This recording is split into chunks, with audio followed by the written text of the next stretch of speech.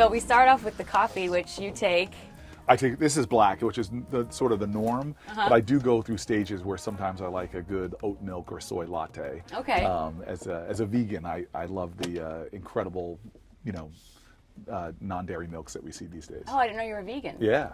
How long has that been? God, I was a competitive athlete experimenting with diets and found, I played football at Stanford and then was on the varsity team at Oxford for basketball. And when I switched to vegetarian diet in 92, my body just took off. It's a long time. Yeah, so vegetarian since 92 and a vegan since 2014. Wow.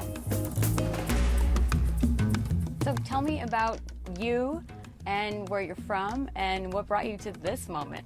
I mean, this is really an exciting moment for me. I just filed my papers to be a candidate, and it's a long journey, and I feel like it starts before I was even born. I have two parents that come from much more humble backgrounds. My dad was born poor to a single mom, African American in Jim Crow South. And his story is a story of not just individual achievement, because he was one of the hardest working men that I've ever encountered, but he would say it's a testimony to this country and how people from all backgrounds came together to open up doors for him. In fact, the house I grew up in, my parents were denied it because of the color of their skin. The real estate agent was lying to them and saying, oh, you can't buy this house, it's sold already. It was a white couple volunteering that posed as my parents to buy the house. And on the day of the closing, a volunteer lawyer named Marty Friedman walked with my dad into the real estate agent's office, confronted him, and the real estate agent gets up and punches my dad's lawyer in the face and sigs a dog on my dad. And my dad would tell this story as I was growing up, and every time he would tell it, the dog would get bigger. but I grew up around a kitchen table in a really nice suburb in New Jersey with parents that would look at me and say, hey, everything that you're having and experiencing has come from the struggle of other Americans who often were willing to move beyond those lines that often divide us, race and religion, to see common cause with you. You are here because of the best of this country.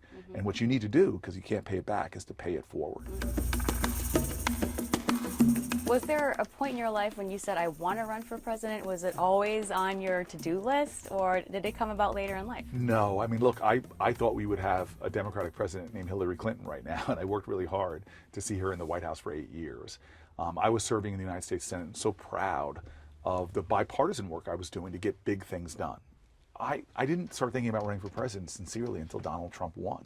And so this is not a life ambition, but I tell you what, I believe that life is about purpose, not position.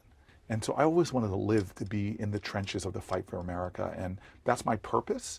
And this position is, I now believe, the best way to heal this country, to bring us together so that everybody in this nation has a fair shot. You've run, obviously, citywide campaigns and statewide campaigns. What are you learning about yourself now running a national campaign? People call this a national campaign, but if you look at the experience we've had right now, it's very local. I mean, the Granite State way to run here in New Hampshire is really not about TV ads, and it's about grassroots campaigning. So the strange thing I've been telling my team this is that I almost feel like I've come full circle, that I'm going back to that 1998 race for city council where I was an underdog, and we won by outworking them on the ground, just door knocking thousands and thousands of doors, meeting people, shaking hands. Any surprises along the way? So I didn't know about some of these early states. I might have been one of those skeptics about why is New Hampshire get the first primary? Yeah. Now I get it. Now you see the people, right? They take it so seriously. Exactly. Yeah. I mean, this state is really invested, and they really study this, and they want to meet the candidates. They want to hear from them. They want to talk to them, and I'm inspired by Granite Staters, and I'm also moved by them. What is the one thing you'd want a viewer to know about you? Like, what makes you tick? What's driving you? The reason I'm in this is not just because of some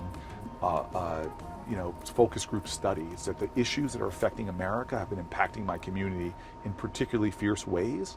When I go to the presidency, it's not a policy issue to me. This is a mission. And I'm going to bring a fierce fight to that office, a fierceness to pull people together, to create a movement-like atmosphere so that we get things done. I'm running because of the same reason I ran in 1998 for the city council, because too many people are being left behind, cast out, left aside in this country. This nation must be successful for everyone. Senator Cory Booker, thank you for your time. Thank you. Thank you very much.